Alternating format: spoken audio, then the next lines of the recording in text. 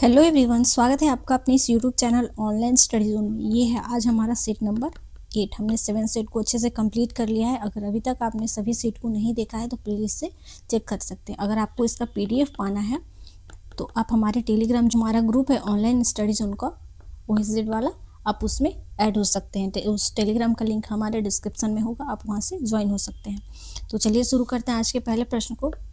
देखिए, पहले प्रश्न में दिया गया है कि निम्नलिखित वायुमंडलीय परतों को पृथ्वी की सतह से सही क्रम में व्यवस्थित कीजिए। तो हमें पृथ्वी की सतह से ऊपर में इसको व्यवस्थित करना है। तो सबसे पहले आएगा आपका क्षोभमंडल, जिसमें मौसम संबंधी घटनाएं होती हैं।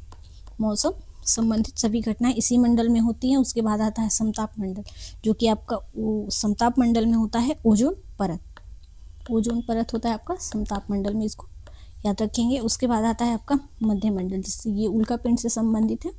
उल्का पिंड आकर इस मंडल में आपकी नष्ट हो जाती हैं।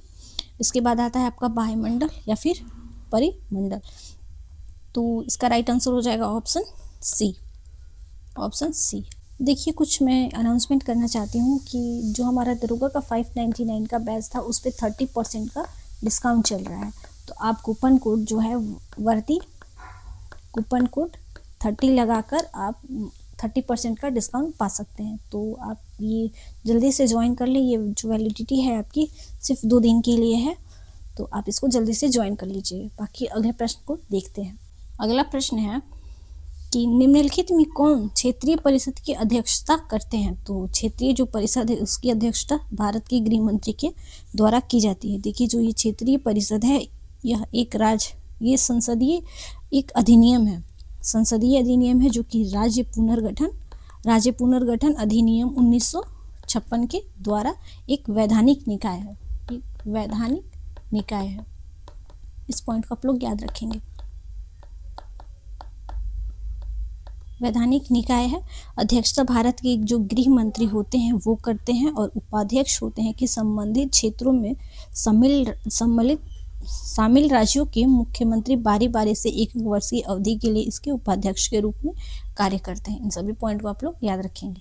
अगला प्रश्न है कि भारत के किस संवैधानिक संशोधन के द्वारा दिल्ली और पुदुचेरी है भारत के राष्ट्रपति के चुनाव में भाग लेने का अधिकार मिला था। तो ये था आपका जो 17वां संविधान संशोधन हुआ था, उसके माध्यम से दिल्ली और पुदुचेरी जो है इनको राष्ट्रपति के चुनाव में भाग लेने का अधिकार मिला था। तो ये कब हुआ था आपका?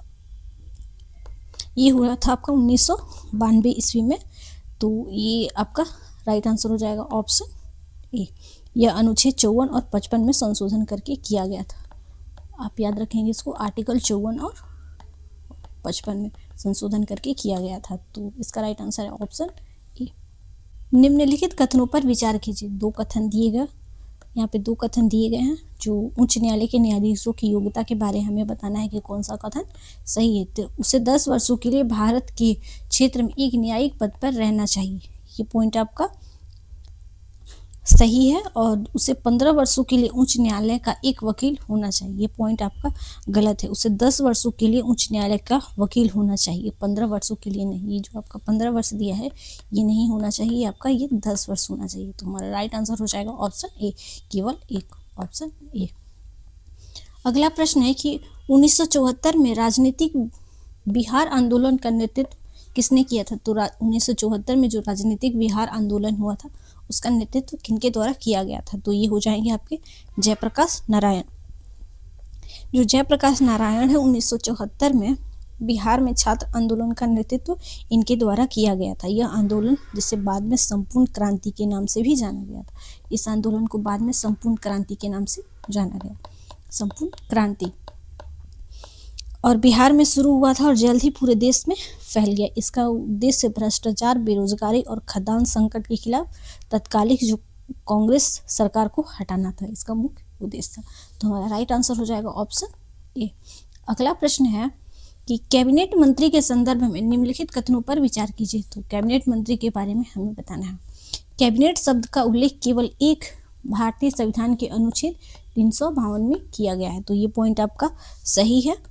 दरअसल मूल संविधान में कैबिनेट जैसा कोई शब्द नहीं था। ये भी पॉइंट आपका सही है। ये आपका 44वें जो संविधान संशोधन हुआ था, 44वां संविधान संशोधन जो कि आपको 1978 में हुआ था, उसी के माध्यम से इसे 300 अनुच्छेद जो 352 है उसमें जोड़ा गया था। तो ये भी पॉइंट आपका सही है। इसका गठन उपरोक्त अनुच्छेद 44वें संविधान संशोधन अधिनियम 1978 के द्वारा किया गया था। यह पॉइंट मैंने अभी बताया, तो ये पॉइंट आपका सही है। तो हमारा राइट आंसर हो जाएगा ऑप्शन सी। ऑप्शन सी। नदी संगम स्थलों का मिलान कीजिए। यहाँ पे 4 हमें बिहार की नदियाँ दी गई हैं और गंगा में कहाँ मिलती है उन्हें हमें बताना है। तो जो सोन नदी है गंगा में जो मानर है पटना के पास, तो वहाँ मिलती है। तो ये पॉइंट आपका सही है। और जो गंडक नदी है वो सोनपुर जो हाजीपुर के पास है वहाँ मिलती है।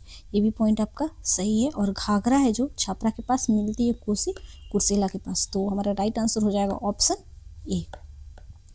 अगला प्रश्न है कि भारतीय संघ या फिर भारतीय राष्ट्रीय संघ के संबंध में निम्नलिखित कथनों पर विचार कीजिए। 2 कथन दिए हैं और हमें सही कथन को बताना है। तो इसकी स्थापना बंगाल में 1876 में सुरेंद्र नाथ बनर्जी और आनंद मोहन बोस के द्वारा की गई थी। ये पॉइंट आपका सही है।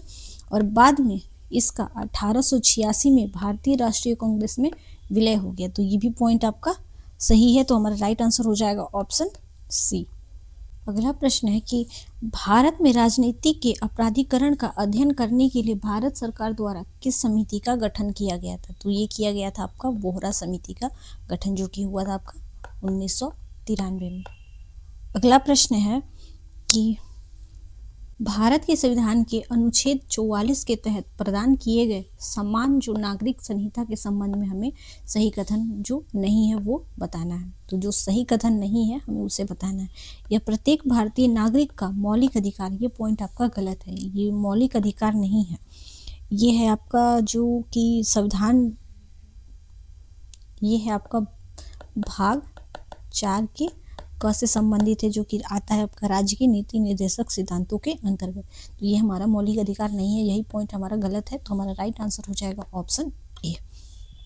अगला प्रश्न है कि मुगल स्थापत्य कला में पीतरा जो धुरा किससे संबंधित था। जो पीतरा धुरा था वो किससे संबंधित था। तो वो था आपके संगमरमर एवं बलुआ पत्थरों से अलंकृत सजावट की एक विधि थी। तो हमारा राइट आंसर हो जाएगा ऑप्शन सी।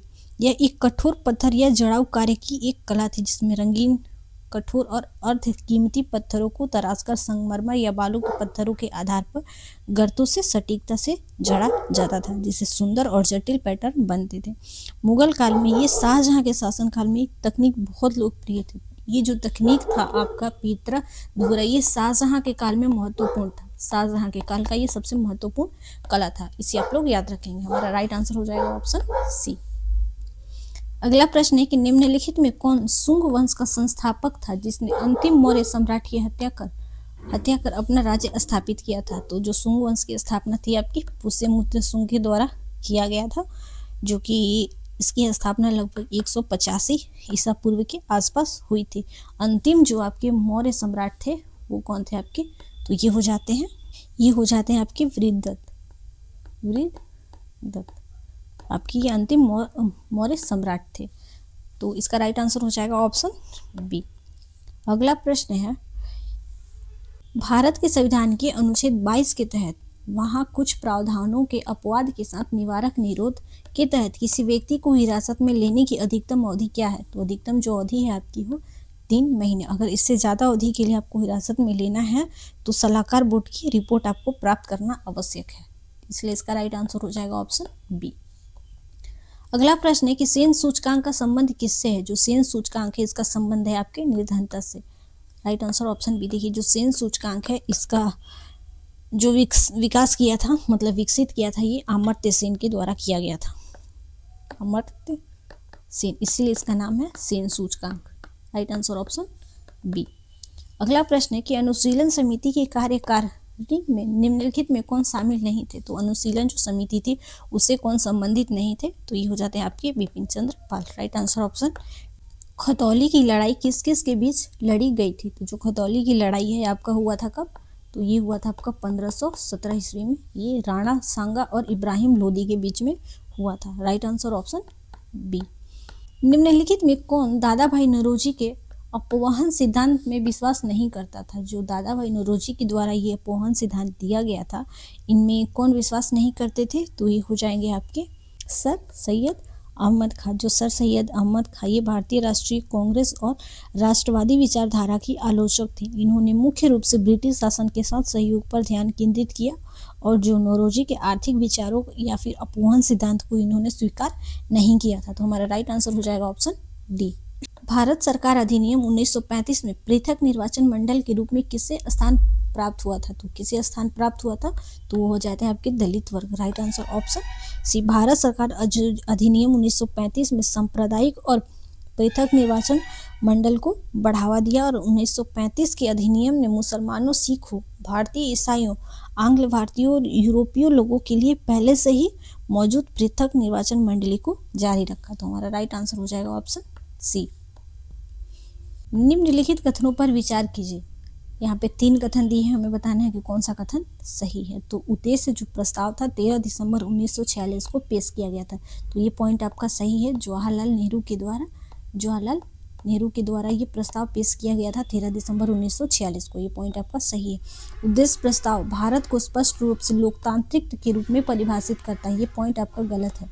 ये आपका पॉइंट गलत है। जो आपका उद्देश्य प्रस्ताव है भारत को एक संप्रभु स्वतंत्र गणराज्य के रूप में घोषित करता है, लेकिन इससे स्पष्ट रूप से जो लोकतांत्रिक शब्द है इसे शामिल नहीं किया गया था। प्रस्तावना में लोकतांत्रिक जो शब्द है उसको बाद में जोड़ा गया था। भारत के संविधान की प्रस्तावना उद्देश्य संकल्प से प्रेरित है। ये पॉइंट आपका सही है कि जो आपकी भारत के संविधान की प्रस्तावना उद्देश्य संकल्प के मूल विचारों और दर्शन पर आधारित था और उससे प्रेरित था। ये हमारा पॉइंट सही है। तो हमारा राइट आंसर हो जाएगा ऑप्शन डी। Option D. अगला प्रश्न है कि औसत बिंदु तापमान दर्शाता है जमीन की सतह से हवा जो पास हवा की पतली परत घनीभूत होने के लिए पर्याप्त ठंडी हो गई है। ये आपका औसत बिंदु जो तापमान है वो दर्शाता है। औसत बिंदु तापमान वह तापमान है जिस पर हवा को ठंडा करने पर वह संतृप्त हो जाती है, अर्थात उसकी जो सापेक्ष आर्द्रता 100% हो जाती है। इस तापमान पर वायुमंडलीय जल जो होता है वाष्प संघनीभूत होकर जल की बूंदों या फिर पाले के कारण पाला का निर्माण करने लगती है। इसलिए उस बिंदु तापमान का मतलब है कि हवा घनीभूत होने के लिए पर्याप्त ठंडी हो गई है और अक्सर यह जमीन की सतह के पास ही होता है। तो हमारा राइट आंसर हो जाएगा इसका ऑप्शन ए। पश्चिमी विक्षोभ कहाँ से उत्पन्न होता है? जो पश्चिमी विक्षोभ है ये आपका उत्पन्न होता है भूमध्य सागर से। इसका राइट आंसर हो जाएगा ऑप्शन ए। जो पश्चिमी विक्षोभ है ये एक अतिरिक्त उष्णकटिबंधीय तूफान है जो भूमध्य सागर से कैस्पियन सागर की ओर अटलांटिक महासागर से नमी प्राप्त करता है। यह पूर्व की ओर यात्रा करता है और भारत के उत्तरी पश्चिमी भागों में शीतकालीन वर्षा और बर्फबारी लाता है। तो हमारा राइट आंसर हो जाएगा इसका ऑप्शन ए। कृष्णदेवराय के संबंध में निम्नलिखित कथनों पर विचार कीजिए। जो कृष्णदेवराय थे इनके संबंध में हमें 2 कथन दिए और सत्य कथन को ही बताना है। तो उसने पुर्तगालियों के समुद्र व्यापार पर विराम लगा दिया था। तो ये पॉइंट आपका सही है कि इनके द्वारा ये किया गया था। जो कृष्णदेवराय थे आपके तुलु वंश के महान शासक थे। तुलु वंश के एक महान शासक थे। और दूसरा पॉइंट है कि इसने कृष्णा नदी तक विस्तार करते हुए बीजापुर और गुलबर्गा पर अधिकार किया था। तो ये भी आपका पॉइंट सही है। उसने बीजापुर के सुल्तान यूसुफ आदिल खान और गुलबर्गा के शासकों को हराया और अपने राज्य का विस्तार कृष्णा नदी तक किया। उसने बीजापुर जो गुलबर्गा है आपका इस पर थोड़े समय के लिए ही अधिकार किया था, लेकिन किया था। तो ये पॉइंट आपका सही हो जाता है। तो हमारा राइट आंसर हो जाएगा option C. Option C. Tughlaq वंश के किस शासक ने दिल्ली में विशाल कृत्रिम झील का निर्माण करवाया था? तो ये करवाया गया था आपका गयासुद्दीन तुगलक के द्वारा। जैसे गाजी मलिक इनका मूल नाम था। तुगलक वंश की स्थापना की थी। तो दिल्ली के पास एक तुगलकाबाद किले का निर्माण करवाया। इस किले में निर्माण के दौरान जल आपूर्ति के लिए विशाल कृत्रिम झील का निर्माण करवाया था।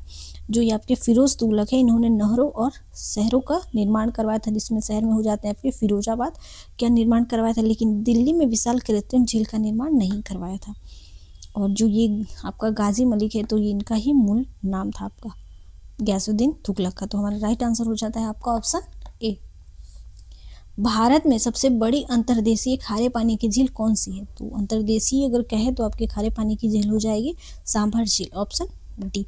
देखिए जो आपका चिल्का झील है, चिल्का झील है उड़ीसा में स्थित भारत की सबसे बड़े खारे पानी की झील है, लेकिन वो तटीय या फिर लैंगून झील है, अंतर्देशीय झील नहीं है। तो हमारा राइट आंसर हो जाएगा इसका ऑप्शन डी। जो आपका ये सांभर झील है राजस्थान में स्थित है, यह नमक उत्पादन का सबसे बड़ा स्रोत है। इस पॉइंट को आप लोग याद रखेंगे। डलबर्गिया और निकारागुआन की प्रजातियां हैं, तो ये जो दोनों दिया गया है डलबर्गिया और निकारागुआन, ये आपकी शीशम की प्रजाति है। इसका राइट आंसर हो जाएगा ऑप्शन सी।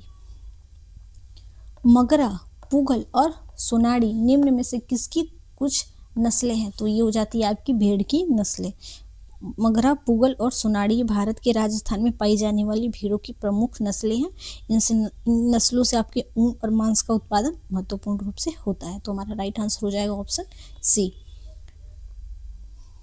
निम्नलिखित में कौन सी फसल खरीफ फसल ऋतु से संबंधित है? तो हमें बताना है कि जो फसल दिया गया कौन सी फसल खरीफ फसल है। तो कपास जो है आपका एक खरीफ फसल है। कपास की फसल खरीफ फसल है जिन्हें मानसून के आगमन के साथ जून या जुलाई में बोया जाता है। जून या फिर जुलाई में बोया जाता है।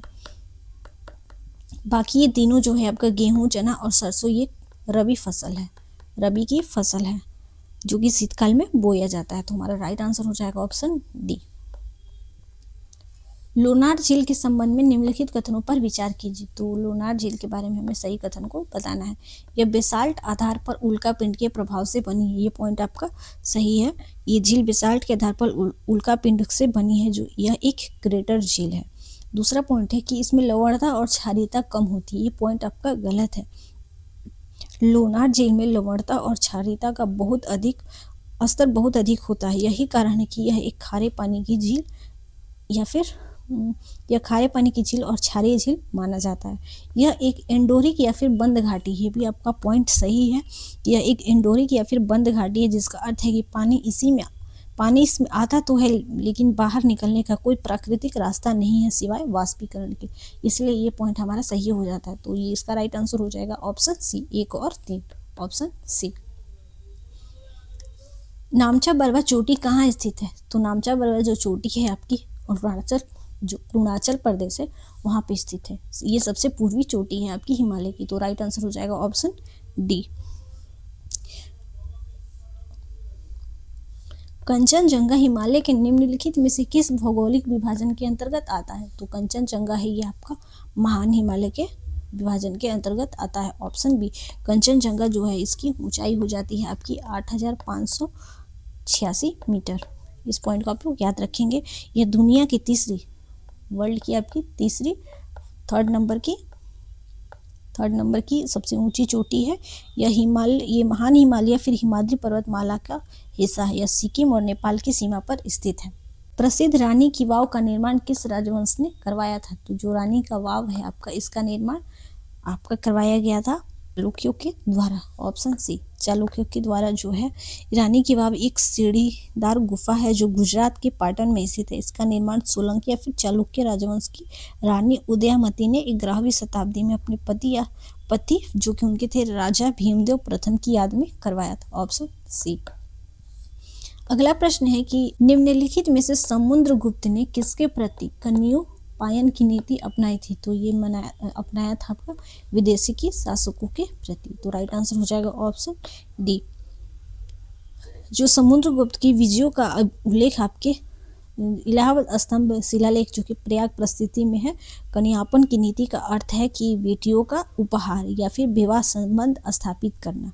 तो इसका राइट आंसर हो जाएगा आपका ऑप्शन डी। भारत के सांस्कृतिक इतिहास के संदर्भ में बौद्धिस्तों के संबंध जो शब्द है का सही वर्णन निम्नलिखित में से कौन सा है? तो आपको बताना है कि बौद्धिस्तों जो का शब्द है उसका सही वर्णन क्या है। एक बौद्धिस्त जो कि कोई भी व्यक्ति जो बुद्धत्व की ओर अग्रसर हो। इसका मतलब यह है कि बौद्धिस्त महायान बौद्ध धर्म की एक महत्वपूर्ण अवधारणा है। यह एक बौद्धिस्त व्यक्ति जिससे बुद्धत्व या फिर ज्ञान प्राप्त करने का संकल्प लिया हो, लेकिन वह तब तक निवारण नहीं प्राप्त कर सकता जब तक कि वो सभी संवेदनशील प्राणी दुखद से मुक्त ना हो पाए। तो इसका राइट आंसर हो जाएगा आपका ऑप्शन ए। अगला प्रश्न है कि तमिल कवियों के तीसरे संगम की पीठ कहाँ हुई थी? तो ये हुआ था आपका मदुरई में, पहला भी आपका मदुरई में हुआ था, फर्स्ट वाला भी आप लोग याद रखेंगे मदुरई में हुआ था। जो सेकेंड वाला हुआ था आपका कपाटपुरम में हुआ था, सेकेंड वाला हुआ था आपका कपाटपुरम में हुआ था। और तीसरा जो हो गया आपका ये मदुरई में हुआ था। तो इसका राइट आंसर हो जाएगा ऑप्शन सी। जो प्राचीन तमिल साहित्य जिसे संगम साहित्य कहा जाता है, तीनों साहित्य स्वभाव का संगमों से जुड़ा है। तीसरा जो संगम था ये आपका अंतिम था जो कि मदुरई शहर में हुआ था। यह सबसे महत्वपूर्ण संगम माना जाता है क्योंकि यहीं से अधिकांश जो वर्तमान संगम साहित्य उपलब्ध है।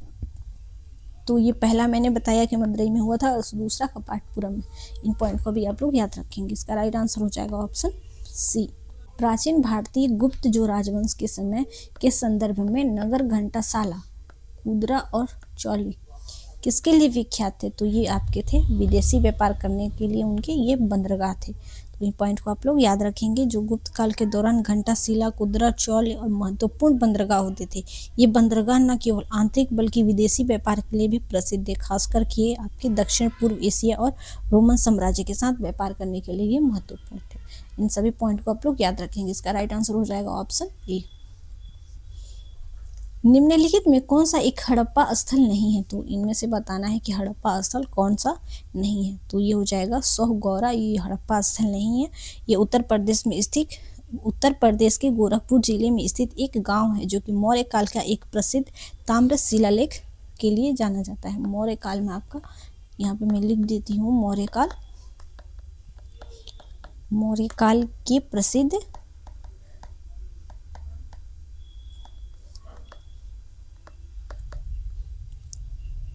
ताम्रपत्र शिलालेख के लिए जाना जाता था। तो ये जो सोगौरा है ये हड़प्पा स्थल नहीं था। बाकी ये जो चुनहुंजड़ो है ये आपका सिंध में स्थित है, जो कि सिंध पाकिस्तान में एक प्रमुख हड़प्पा स्थल है। कोट दीजी जो है ये आपका ये भी सिंध पाकिस्तान में स्थित प्रारंभिक हड़प्पा स्थल है। और जो देसलपुर है ये गुजरात में है, एक हड़प्पा स्थल ही है। तो इन सभी पॉइंट को आप लोग याद रखेंगे। अगला प्रश्न है कि किसके राज्य में कल्याण मंडप की रचना मंदिर निर्माण की एक उल्लेखनीय विशेषता है? तो ये जो कल्याण मंडप है ये आपके संबंधित हो जाते हैं विजयनगर साम्राज्य से। Right answer option D. अगला प्रश्न है कि निम्नलिखित युग्मों पर विचार कीजिए। ऐतिहासिक स्थान दिए गए हैं और उनके विख्याति का कारण दिया है। तो हमें बताना है कि किसके कारण ख्याति थी। तो जो बुर्ज होम है ये शैलकृत देव मंदिर के लिए विख्यात था। नहीं, ये पॉइंट गलत है आपका। जो बुर्ज होम था आपका जो जम्मू और कश्मीर में स्थित एक नौपाषाणकालीन स्थल था जो गर्त आवास के लिए प्रसिद्ध था, ना कि शैलकृत देवी मंदिर के लिए। तो ये पॉइंट आपका गलत हो जाता है। जो दूसरा है कि चंद्रकेतुगढ़ ये टेराकोटा कला के लिए प्रसिद्ध था। तो ये पॉइंट आपका सही है। ये जो है आपका चंद्रकेतुगढ़ ये आपका वेस्ट बंगाल में है। यह टेराकोटा स्थलाकृति जो शुंग और कुषाण काल की कला के लिए विख्यात था। तो ये पॉइंट आपका सही है। और गणेश्वर जो ताम्र कलाकृति थी उसके लिए आपका ये प्रसिद्ध था। तो ये भी पॉइंट आपका सही हो जाता है। तो हमारा राइट आंसर हो जाएगा 2 और 3 ऑप्शन डी। जो गणेश्वर है ये आपका राजस्थान में स्थित एक ताम्र कलाकृति के लिए जाना जाता था। तो इन पॉइंट को आप लोग याद रखेंगे। Right answer option D. अगला प्रश्न है कि प्राचीन भारत के इतिहास के संदर्भ में भवभूति, हस्तमल और सिमेश्वर क्यों प्रसिद्ध? तो ये थे आपके नाटककार थे आपकी दोनों। मैंने कल इनके बारे में बताया था। तो आप लोग बताएंगे कि ये किनकी रचना की थी इन्होंने। तो इसका राइट आंसर हो जाएगा ऑप्शन बी। निम्नलिखित में से किसने हिरण्यगर्भ नामक अनुष्ठान कराया था? तो हिरण्यगर्भ जो नामक अनुष्ठान कराया था ये दंती दुर्ग के द्वारा करवाया गया था। तो दंती दुर्ग थे आपके राष्ट्रकूट जो वंश था उसके ये संस्थापक थे, जो कि उन्होंने 8वीं शताब्दी में चालुक्य वंशों के पराजित करने के बाद उज्जैन में हिरण्यगर्भ जो सोने का गर्भ नामक एक अनुष्ठान किया था। इस अनुष्ठान कराने के बाद दंती दुर्ग ने खुद को क्षत्रिय घोषित किया था, भले ही वो जन्म से क्षत्रिय नहीं थे। तो हमारा राइट आंसर हो जाएगा ऑप्शन सी। अगला प्रश्न है कि परमार वंश के संबंध में निम्नलिखित कथनों पर विचार कीजिए। जो परमार वंश है वो आपका 19वीं शताब्दी में परमारों के मध्य भारत में मालवा के शासक के विरुद्ध खुद को स्थापित किया था। तो ये पॉइंट आपका सही है। भोपाल परमार वंश की राजधानी थी। ये पॉइंट आपका गलत है। परमार वंश की जो राजधानी थी वो आपका पहले था धार में, उसके बाद उज्जैन बनी थी। भोपाल एक महत्वपूर्ण इनका शहर था, लेकिन ये इनकी राजधानी नहीं थी, इसलिए ये पॉइंट गलत है। परमार वंश ने अपना क्षेत्र दक्षिण में ताप्ती नदी तक फैलाया था, ये भी पॉइंट आपका सही है। परमार वंश का जो क्षेत्र था उत्तर में सिंधु नदी से लेकर दक्षिण में ताप्ती नदी तक फैला था, तो ये पॉइंट आपका सही है। तो राइट आंसर हो जाएगा इसका 1 और 3, ऑप्शन सी। निम्नलिखित में किन राजपूतों के वंशज खजुराहो मंदिर से संबंधित थे? तो राजपूत जो वंशज थे खजुराहो मंदिर से कौन कौन संबंधित थे? तो ये हो जाते हैं आपके चंदेल। खजुराहो मंदिर जो मध्य प्रदेश में स्थित है, अपने उत्कृष्ट मूर्ति कला और नागर शैली के विश्व प्रसिद्ध है। इन मंदिरों का निर्माण 1950 से 1050 ईस्वी के बीच में चंदेल शासकों के द्वारा करवाया गया था, इसीलिए महत्वपूर्ण है, आप लोग याद रखेंगे, ऑप्शन बी। तैमूर के आक्रमण के बाद दिल्ली सल्तनत पर जो तुगलक वंश का अंत हुए और किस नए वंश की स्थापना हुई? तो पहले तो फर्स्ट ऑफ ऑल ये आपका जो तैमूर का आक्रमण हुआ था कब हुआ था? तो ये हुआ था 1398 ईस्वी में, जो कि तुगलक वंश के समय में हुआ था। तो आप हमें कमेंट करके बताइए कि जब तैमूर का आक्रमण था तो तुगलक वंश के किस वहाँ पे किनका शासन था, ये आप हमें कमेंट करके बताएंगे। मैंने इसलिए बता दिया है। और इसके अंत के बाद जो सैयद वंश है इसकी स्थापना होती है, खिज्र खां के द्वारा सैयद वंश की स्थापना किया जाता है। तो ये आपका सैयद वंश की स्थापना 1414 ईस्वी में होती है और इन्होंने सैयद वंश के बाद दिल्ली पर लोधी वंश की स्थापना होती है। इन तीनों पॉइंट को आप लोग याद रखेंगे। अगला प्रश्न है कि विजयनगर साम्राज्य से संबंधित निम्नलिखित कथनों में कौन सा कथन सही नहीं है? तो विजयनगर साम्राज्य के बारे में बताना है कि कौन सा कथन सही नहीं है। तो साम्राज्य को विभिन्न प्रशासनिक इकाइयों में विभाजित किया गया था, ये आपका पॉइंट सही था। कि सिंहासन उत्तराधिकारी के लिए वंशानुगत सिद्धांत का पालन किया गया था, ये भी पॉइंट आपका सही है। विजयनगर साम्राज्य में जाति व्यवस्था का कोई संदर्भ नहीं था, ये पॉइंट आपका गलत है। विजयनगर जो साम्राज्य था अत्यधिक संगठित था और उसमें जाति व्यवस्था प्रमुख रूप से मौजूद थी। समाज में ब्राह्मण, क्षत्रिय, वैश्य और शूद्रों के अलावा कई अन्य उपजातियां भी मौजूद थी, तो ये पॉइंट आपका सही नहीं है। तो ये हमारा राइट आंसर हो जाएगा ऑप्शन सी। निम्नलिखित कथनों पर विचार कीजिए। संत जो निम्बकाचार्य थे अकबर के समकालीन थे, ये पॉइंट आपका गलत है। जो संत निम्बकाचार्य थे इनका जो कार्यकाल था 13वीं शताब्दी तक था, 13वीं शताब्दी के आसपास तक माना जाता है। जो और अकबर था ये आपका 1556 से 1605 तक था, तो इसका पॉइंट ये का गलत दिया गया है, ये नहीं होगा। संत कबीर शेख अहमद सिंदरिया से अत्यधिक प्रभावित थे, तो ये पॉइंट आपका गलत है। कि संत कबीर थे एक निगुण भक्ति संत थे जो किसी भी धार्मिक कट्टरता में विश्वास नहीं रखते थे। शेख अहमद सिरहिंदी जो इनका शासन होता है आपका 1564 से 1624 तक, ये मुगल बादशाह अकबर और जहांगीर के समकालीन से जुड़े हुए थे। ये इससे शेख अहमद सरहिंदी से प्रभावित नहीं थे, तो पॉइंट भी गलत है। तो हमारा राइट आंसर होगा ऑप्शन डी, ना तो 1 और ना ही 2। अगला प्रश्न है कि मुद्रास्फीति से बाजार की वस्तुएं क्या होती हैं? तो ये आपकी महंगी हो जाती हैं, ऑप्शन बी। निम्न युग्मों में कौन सही सुमेलित है? तो हमें बताना है कि कौन सा इसमें सही सुमेलित है। लॉर्ड कॉर्नवालिस अस्थायी बंदोबस्त, ये आपका पॉइंट सही है। लॉर्ड वेलेस्ली चतुराई पूर्ण निष्क्रियता, ये पॉइंट आपका गलत है। चतुराई जो पूर्ण निष्क्रियता थी ये आपका संबंधित हो जाता है लॉर्ड लॉरेंस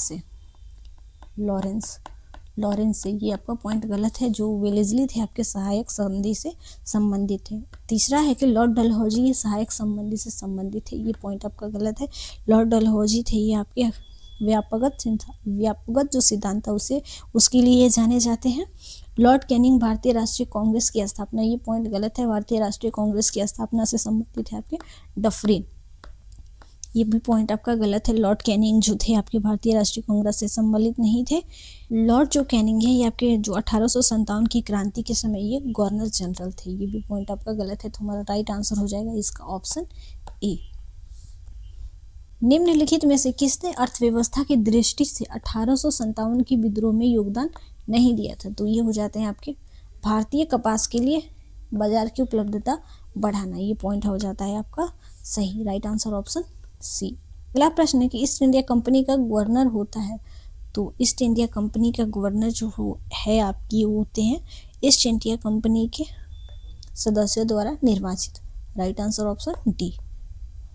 निम्नलिखित में कौन सी यूरोपीय वाणिज्य कंपनी का उनके बेस शहरों से सही मिलान किया गया है? तो हमें बताना है कि तंजौर में पुर्तगाली, ये पॉइंट गलत है। तंजौर में पुर्तगालियों का बेस शहर नहीं था, पुर्तगालियों को जो था वो आपका गोवा में था, ये पॉइंट आपका गलत है। पणजी में डच, तो डचों का मुख्य बेस जो था आपका शहर वो पुलिकट और नागीपट्टनम में था। गोवा और पणजी पे पुर्तगालियों का नियंत्रण था, तो ये भी पॉइंट आपका गलत है। मद्रास में ब्रिटिश, तो जो ब्रिटिशों का मुख्य बेस शहर मद्रास में था, जहां उन्होंने फोर्ट सेंट जॉर्ज की स्थापना की थी, तो ये पॉइंट आपका सही है। और पांडिचेरी में फ्रेंच, तो पांडिचेरी में जो फ्रेंच थे ये इनका पॉइंट आपका सही हो जाता है, इनका यहाँ पे प्रमुख बेस शहर था, तो ये भी पॉइंट सही है। तो हमारा राइट आंसर हो जाएगा ऑप्शन सी, 3 और 4, ऑप्शन सी। में कौन सचिव के रूप में हिंदू महिला स्कूल से संबंधित थे, जो बाद में वैथ्यू फीमेल स्कूल के नाम से जाना जाने लगा? तो ये हो जाते हैं आपके ईश्वर चंद्र विद्यासागर, ऑप्शन सी। देखिए, ईश्वर चंद्र विद्यासागर एक महान समाज सुधारक और शिक्षाविद थे। इन्होंने 1849 में वैथ्यू द्वारा स्थापित हिंदू महिला स्कूल के सचिव के रूप में ये जुड़े हुए थे।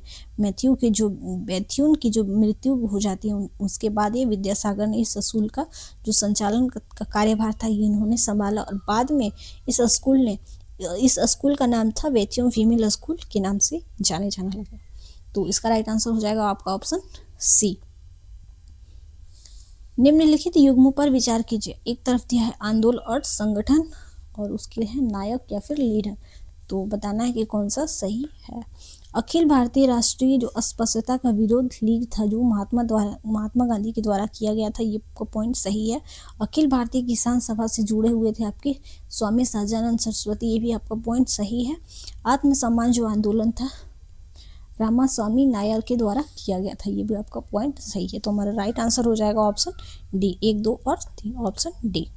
अभ्युदय, लीडर और हिंदुस्तान समाचार पत्रों के संस्थापक कौन थे? तो ये हो जाते हैं आपके मदन मोहन मालवीय, ऑप्शन ए, मदन मोहन मालवीय। जो लीडर और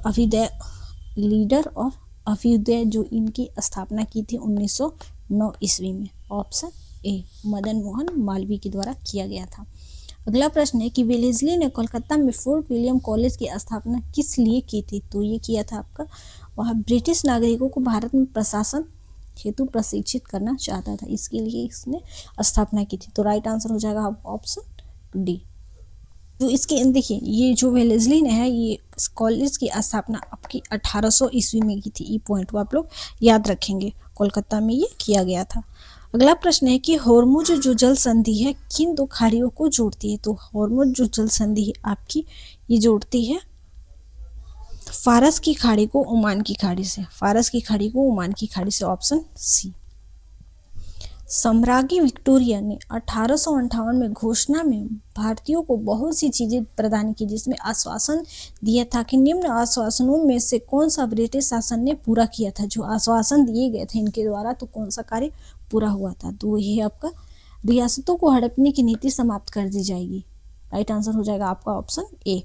जो महारानी विक्टोरिया का घोषणा पत्र था 1958, जो कि 1857 के क्रांति के बाद आई थी, बाद में कंपनी के शासन को समाप्त कर दिया गया और भारत के सीधे जो ब्रिटिश ताज के अधीन कर दिया गया। तो इसका राइट आंसर हो जाएगा आपका ऑप्शन ए।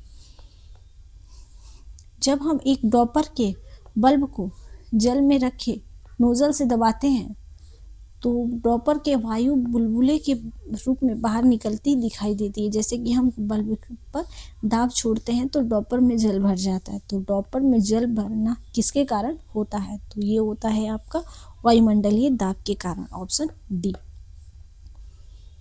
निम्नलिखित में कौन सा कथन सत्य है? तो सत्य कथन को बताना है। तो भूसा तथा अनाज को निष्वासन प्रक्रम के द्वारा पृथक किया जा सकता है, तो ये पॉइंट आपका सही है, राइट आंसर ऑप्शन डी। अब प्रश्न है कि संतुलित आहार के संबंध में निम्नलिखित में कौन सा कथन असत्य है? तो जो संतुलित आहार है उसके बारे में असत्य कथन को बताना है। तो जो संतुलित आहार है वो आहार है जिनमें शरीर के लिए आवश्यक सभी पोषक तत्व जैसे कार्बोहाइड्रेट, वसा, प्रोटीन, विटामिन, खनिज और जल सम्मिलित हो और सही मात्रा में और अनुपात में होते हैं। तो इसका राइट आंसर हो जाएगा आपका ऑप्शन डी। शरीर को सभी पोषक तत्व उपलब्ध कराने के लिए केवल मांस पर्याप्त नहीं है, ये पॉइंट आपका गलत है। केवल मांस के पर्याप्त होने से शरीर में सभी पोषक तत्व उपलब्ध नहीं हो सकते हैं। ऑप्शन डी इसका राइट आंसर हो जाएगा। अगला प्रश्न है कि निम्नलिखित में कौन सा युग्म गलत सुमेलित है। तो गलत जो सुमेलित है वो हमें बताना है। तो शाकाहारी जो है पादप और छोटे जानवर खाते हैं, ये पॉइंट आपका गलत हो जाता है। राइट आंसर हो जाएगा ऑप्शन डी। भारतीय रिजर्व बैंक की मुद्रा नीति का उद्देश्य नहीं है, तो ये हो जाता है आपका सामाजिक न्याय सुनिश्चित करना। ये आपका भारतीय जो रिजर्व बैंक की मुद्रा नीति है उसका ये उद्देश्य नहीं है पूछा है तो नहीं है, ये हो जाएगा आपका राइट आंसर ऑप्शन डी। अपसर और उपसर को जोड़ने वाली काल्पनिक रेखा क्या कहलाती है। तो अपसर होता है आपका, ये होता है 4 जुलाई को, अपसर होता है आपका 4 जुलाई को, और जो उपसर होता है ये होता है आपका, ये होता है 3 जनवरी को। इन दोनों डेट को आप लोग याद रखेंगे। इन दोनों जो जोड़ने वाली रेखा है, उन काल्पनिक रेखा वो क्या कहलाती है, ये कहलाती है एपीसाइड रेखा। एपीसाइड रेखा। अत्यधिक व्यायाम के दौरान खाली स्थान के संचय से हमें पैरों में ऐंठन लगती है, तो ऐसा क्यों होता है। तो ये होता है लैक्टिक अम्ल के कारण। Option B. देखिए ऐसा क्यों होता है, जब हम अत्यधिक व्यायाम करते हैं तो हमारी मांसपेशियों की कोशिकाओं ऑक्सीजन की आपूर्ति नहीं कर पाती। इस स्थिति में ऊर्जा उत्पन्न करने के लिए कोशिकाएं अवायवीय श्वसन करती हैं। इस अवायवीय श्वसन के परिणाम स्वरूप जो होता है ग्लूकोज का विखंडन होता है और ये लैक्टिक अम्ल का उत्पादन और संचय करता है। इस लैक्टिक अम्ल के संचय से ही हमारे पैरों या फिर मांसपेशियों में ऐंठन का कारण बनता है। तो इसका राइट आंसर हो जाएगा आपका लैक्टिक अम्ल, ऑप्शन बी। अगला प्रश्न है कि तिलचट्टे या फिर कॉकरोच में वायु किसके माध्यम से शरीर में प्रवेश करती है। तो ये इनका होता है श्वास रंध्र के कारण। ऑप्शन बी, श्वास रंध्र के कारण। देखिए जो मछलियां हैं वो अपने गलफड़े के माध्यम से श्वास करती हैं, तो इसका हो जाएगा, इसका राइट आंसर होगा ऑप्शन सी। बी नहीं होगा, इसका राइट आंसर होगा ऑप्शन सी। किसमें जल धारण क्षमता सबसे अधिक होती है। तो जो यहाँ पे 4 मिट्टी दिए गए हैं इसमें बताना है कि सबसे जल धारण करने की क्षमता किसमें अधिक होती है। तो वो होता है आपका चिकनी मिट्टी में। Option B. निम्नलिखित जोड़ों में किसका सुमेलन है। तो यहाँ पे जो जोड़े दिए गए हैं आपके, इसमें कहीं कौन सा सुमेलन है, मतलब सही सुमेलित है, तो वो हो जाता है आपका ऑप्शन ए। निमोनिया फेफड़े को प्रभावित करता है। ऑप्शन ए, ऑप्शन ए सही है इसका। 1934 में सप्रू समिति का गठन किस उद्देश्य से किया गया था। तो सबसे पहले जो है सप्रू समिति का गठन 1934 में किया गया था। तो ये क्यों किया गया था। तो ये किया गया था आपके बेरोजगारी समस्या के समाधान के लिए, ये अध्ययन के लिए किया गया था। Option A. अपचित भोजन का जल मुख्य रूप से किसमें अवशोषित होता है। तो ये होता है आपका बड़ी आंत में। Option D. किस अधिवेशन में जवाहरलाल नेहरू ने पहली बार कांग्रेस अध्यक्ष के रूप में कार्य किया था। तो जो जवाहरलाल नेहरू हैं इन्होंने पहली बार कांग्रेस के अध्यक्ष के रूप में कब कार्य किया था और कहाँ किया था, ये हमें बताना है। तो ये हो जाते हैं आपके पहली बार 1929 का जो लाहौर अधिवेशन हुआ था इसमें उन्होंने भाग लिया था। और इस लाहौर अधिवेशन की जो महत्वपूर्ण क्या था, क्यों हुआ था, तो ये अधिवेशन ऐतिहासिक माना जाता था क्योंकि इसमें पूर्ण स्वराज का प्रस्ताव पारित हुआ था। तो जो पूर्ण स्वराज है आपका, पूर्ण स्वराज लाहौर अधिवेशन से ही पारित हुआ था, जिसकी अध्यक्षता जवाहरलाल नेहरू के द्वारा किया गया था। इसका राइट आंसर हो जाएगा आपका ऑप्शन बी। संघ सरकार द्वारा किस कर की वसूली नहीं की जाती है। तो संघ सरकार के द्वारा कृषि भूमि पर जो आय कर है उसकी वसूली केंद्र सरकार, संघ सरकार के द्वारा नहीं किया जाता है। Option B. निम्नलिखित कथनों में कौन सही है। तो हमें सही कथन को बताना है। तो इसका राइट आंसर हो जाएगा ऑप्शन सी। सामान्यतः धातुएं दैन्य होती है। ऑप्शन सी इसका राइट हो जाएगा। निम्नलिखित में कौन अम्ल है। तो हमें बताना है कि इसमें अम्ल कौन सा है। तो अम्ल हो जाता है आपका हाइड्रोक्लोरिक अम्ल। ऑप्शन बी, हाइड्रोक्लोरिक अम्ल। वे पदार्थ जो जलीय घोल में हाइड्रोजन आयन प्रदान करते हैं और जिनका पीएच मान 7 से कम होता है। बंगाल और बिहार में भूमि पर किराएदारी के अधिकार को बंगाल किराएदारी अधिनियम कब स्वीकार किया गया था? तो ये किया गया था आपका 1885 में, ऑप्शन सी। निम्नलिखित में कौन सा कथन सत्य है? तो हमें सत्य कथन को बताना है। तो सत्य कथन हो जाता है आपका विद्युत धारा धातुओं से होकर प्रवाहित हो सकती है। तो ऑप्शन ए इसका सही हो जाएगा। भारत में निर्धनता के स्तर का आंकलन किया जाता है, ये कैसे किया जाता है? तो ये होता है आपका परिवार की उपभोग आय के आधार पर, ऑप्शन सी इसका राइट हो जाएगा।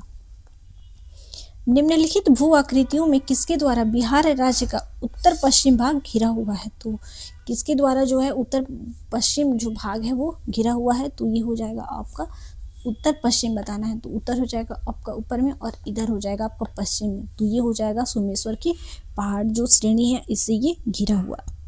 बिहार राज्य का उत्तरी पश्चिमी भाग मुख्य रूप से पश्चिमी चंपारण जिले में स्थित है। सोमेश्वर की पहाड़ी से घिरा हुआ है। पश्चिमी चंपारण इसको आप लोग याद रखेंगे कि ये मुख्य रूप से आपका उत्तर पश्चिमी जिला है पश्चिमी चंपारण, जो सोमेश्वर की पहाड़ी से घिरा हुआ है। यह श्रेणी शिवालिक हिमालय जो हिमालय का सबसे बाहरी भाग है वो इसका हिस्सा है और ये बिहार नेपाल के बीच सीमा बनाती है। जो कैमूर का जो पहाड़ी है ये आपका ये दक्षिण पश्चिम बिहार में है। कैमूर का जो पठार है आपका दक्षिण पश्चिम बिहार में है। इस पॉइंट को आप लोग याद रखेंगे। इसका राइट आंसर हो जाएगा आपका ऑप्शन ए। अगला प्रश्न है कि निजी क्षेत्र में लघु और मध्यम उद्योगों को विकसित करने के उद्देश्य से औद्योगिक ऋण और निवेश निगम द्वारा प्रायोजित किया गया था। तो ये किया गया था आपका विश्व बैंक के मिशन के द्वारा, जो कि हुआ था आपका 1955 में। इसका राइट आंसर हो जाएगा ऑप्शन सी। जो वर्ग संघर्ष की अवधारणा किसने दी थी? तो जो सेकंड क्लास स्ट्रगल है इसकी अवधारणा आपका दिया गया था कार्ल मार्क्स के द्वारा, ऑप्शन ए। मानव विकास सूचकांक को किसके द्वारा प्रकाशित किया जाता है? तो मानव विकास जो सूचकांक है ये आपका यूएनडीपी के द्वारा प्रकाशित किया जाता है। Right answer option. The spirit of the laws नामक रचना का लेखक कौन है? तो the spirit of the laws नामक जो रचना है इसके लेखक हो जाते हैं आपके मॉन्टेस्क्यू, ऑप्शन सी मॉन्टेस्क्यू। 2011 की जनगणना के अनुसार बिहार की किस जिले में अनुसूचित जो जाति है की संख्या का प्रतिशत सबसे कम है? तो अनुसूचित जो जाति है उसका संख्या का प्रतिशत सबसे कम बताना है तो वो हो जाता है आपका किशनगंज में, ऑप्शन बी। जो पाइधानी नृत्य है किस समुदाय या फिर समाज की संस्कृति का पहचान है? तो पाइधानी जो नृत्य है आदिवासी समाज का जो पहचान है उसका स्पेशली आपका बिहार से है, बिहार से, ऑप्शन सी। बिहार में स्थित किस स्थान को अंतर्देशीय जलमार्ग संचार में उत्कृष्टता के लिए राष्ट्रीय पुरस्कार मिला है? तो ये हो जाता है आपका एनटीपीसी बाढ़ को मिला है, ऑप्शन बी। 7वें खेलो इंडिया यूथ गेम्स 2025 में पदक तालिका में बिहार का कौन सा स्थान था? तो बिहार का जो स्थान था ये आपका था 15वां, ऑप्शन सी। भारत का पहला नैनो इलेक्ट्रॉनिक्स रोड शो कहाँ आयोजित किया गया? तो ये किया गया है आपका IIC जो है आपका बेंगलुरु, वहाँ पे, ऑप्शन ए। भारत और रूस के बीच जो इंद्र 2025 है नौसैनिक अभ्यास कौन से संस्करण को चेन्नई में शुरू किया गया? तो इसका कौन सा संस्करण? तो ये था आपका 14वां संस्करण। निम्न में किसे 34वां सरस्वती सम्मान प्रदान किया गया? तो 34वां जो सरस्वती सम्मान है ये प्रदान किया गया आपका साधु भद्रेश दास को, ऑप्शन ए। अंतर्राष्ट्रीय रामायण कॉन्क्लेव का आयोजन निम्न में से किस देश में किया गया था? तो अंतर्राष्ट्रीय रामायण कॉन्क्लेव का आयोजन किया गया था आपका श्रीलंका में, ऑप्शन ए। प्रधानमंत्री मोदी के आर्थिक सलाहकार परिषद का पूर्णकालिक सदस्य हाल ही में नियुक्त किया गया है, किन्हें नियुक्त किया गया है? तो ये हो जाते हैं आपके संजय कुमार मिश्रा, ऑप्शन बी। निम्न में से किसे सहकार टैक्सी नामक सहकारी आधारित सेवा शुरू करने की घोषणा की है? तो ये किया गया है आपका अमित शाह के द्वारा, ऑप्शन बी। भारत और किस देश के बीच व्यापार को बढ़ाने के लिए लीबा का गठन किया गया है? तो भारत और किस देश के बीच व्यापार को बढ़ावा देने के लिए इसका गठन किया गया है? तो ये किया गया है आपका श्रीलंका के द्वारा, ऑप्शन सी। निम्न में से किस राज्य में प्रचंड प्रहार नामक त्रिसेवा अभ्यास आयोजित किया गया? तो ये किया गया आपका अरुणाचल प्रदेश में, ऑप्शन सी। भारत का पहला सहकारी विश्वविद्यालय किस राज्य में स्थापित करने के लिए लोकसभा में विधेयक प्रस्तुत किया गया है? तो भारत का पहला जो सहकारी विश्वविद्यालय है इसके स्थापित करने के लिए पेश किया गया है, तो ये है आपका गुजरात, ऑप्शन बी। टीबी प्रशिक्षण में उत्कृष्टता के लिए निम्न में से किस राज्य को राष्ट्रीय पुरस्कार दिया गया है? तो राष्ट्रीय जो पुरस्कार मिला है आपको तेलंगाना को मिला है, ऑप्शन डी। निम्न में से किस स्थान पर एशियाई योगासन खेल चैंपियनशिप के दूसरे संस्करण का आयोजन किया जाएगा? तो ये किया जाएगा आपका नई दिल्ली में, option A. AI chatbot launch किया है, तो ये किस सरकार के द्वारा एआई जो चैटबॉट है ये लॉन्च किया गया है? तो ये आपके हरियाणा के द्वारा किया गया है। आईएनएस इम्फाल अपने पहले पोर्ट कॉल के लिए मॉरिशस पहुंचा और 12 मार्च को 57वें जो मॉरिशस राष्ट्रीय दिवस समारोह में भाग लिया। आईएनएस जो है ये आईएनएस इम्फाल है वो किस प्रकार का जहाज है? तो ये है आपका एक विध्वंसक, ऑप्शन ए। महिला आयोग की स्थिति पर 69वें सत्र में भारत सरकार के प्रतिनिधित्व मंडल का नेतृत्व कौन कर रहा है? तो बता रहे हैं कि कौन कर रही हैं, ये हो जाएगी आपकी अन्नपूर्णा देवी, ऑप्शन बी। ई मोबिलिटी को बढ़ावा देने के लिए भारत ने किस देश के साथ दोस्ती पहल शुरू की है? तो ये किया है आपका नॉर्वे के साथ, ऑप्शन बी। लास्ट प्रश्न है कि लोकसभा अध्यक्ष ओम बिरला ने किस शहर में SC/ST जो SC/ST हैं आपके संसदीय समिति के राष्ट्रीय सम्मेलन का उद्घाटन किया? तो ये क्या है आपका भुवनेश्वर में, ऑप्शन डी। देखिए हमने 100 क्वेश्चन को अच्छे से कंप्लीट कर लिया। आज हमने करंट के कम क्वेश्चन रखे थे और बिहार स्पेशल इकोनॉमिक्स के क्वेश्चन ऐड किए थे। तो आपको ये वीडियो कैसा लगा हमें कमेंट में बताएं। अगर और भी कुछ इसमें इम्प्रूव करना है तो कमेंट में वो भी बताएं। बाकी आप इसके PDF के लिए हमारे टेलीग्राम ग्रुप में ऐड हो सकते हैं, जो कि इसका आपका डिस्क्रिप्शन में लिंक मिल जाएगा। तो मिलते हैं अगले वीडियो में। Thanks for watching.